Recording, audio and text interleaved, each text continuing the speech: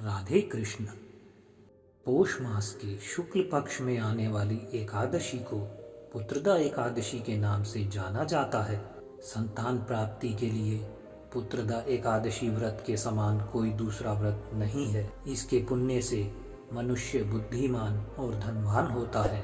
पुत्रदा एकादशी के व्रत की एक पौराणिक कथा है। आइए व्रत कथा का आरंभ करते हैं। भद्रावती नामक नगरी में सुकेतुमान नाम का राजा राज्य करता था। उसकी पत्नी का नाम शैव्या था। राजा के पास भाई बांधव, धन संपत्ति, महल, हीरे माणिक, राज्य सब कुछ था। उसकी प्रजा भी खुशहाल थी, लेकिन उसके मन में किसी चीज का संतोष नहीं था। इसका एकमात्र कारण पुत्र का ना होना था।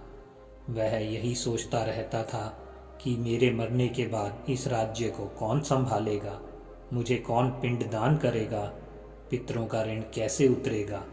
अगर पुत्र होता तो मेरे लोक परलोक दोनों सुधर जाते। राजा दिन रात इसी चिंता में डूबा रहता था।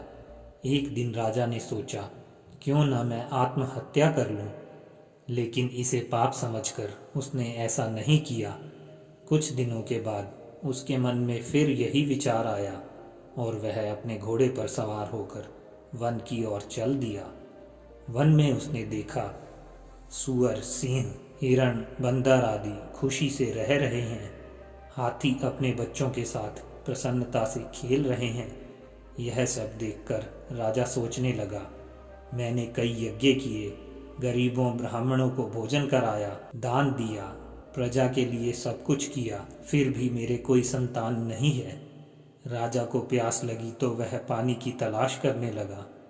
कुछ देर बाद उसे एक सरोवर दिखाई दिया, जिसमें हंस, सारस, मछलियां विहार कर रहे थे। सरोवर के पास ही राजा को ऋषियों के आश्रम बने हुए दिखाई दिए। राजा घोड़े से उतरकर आश्रम में गया और सभी मुनियों को दंडवत प्रणाम किया। राजा की विनम्रता से मुनि प्रसन्न हो गए। उन्होंने राजा से उसका परिचय और वन में आने का कारण पूछा।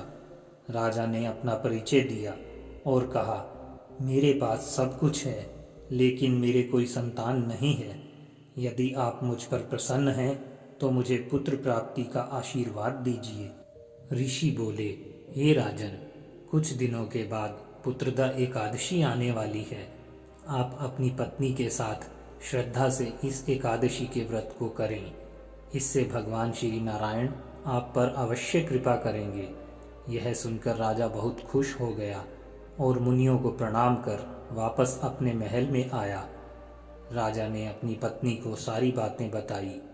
एकादशी के दिन दोनों ने पूरी श्रद्धा और विश्वास के साथ भगवान श्री नारायण की पूजा की और पुत्रदा एकादशी का व्रत किया।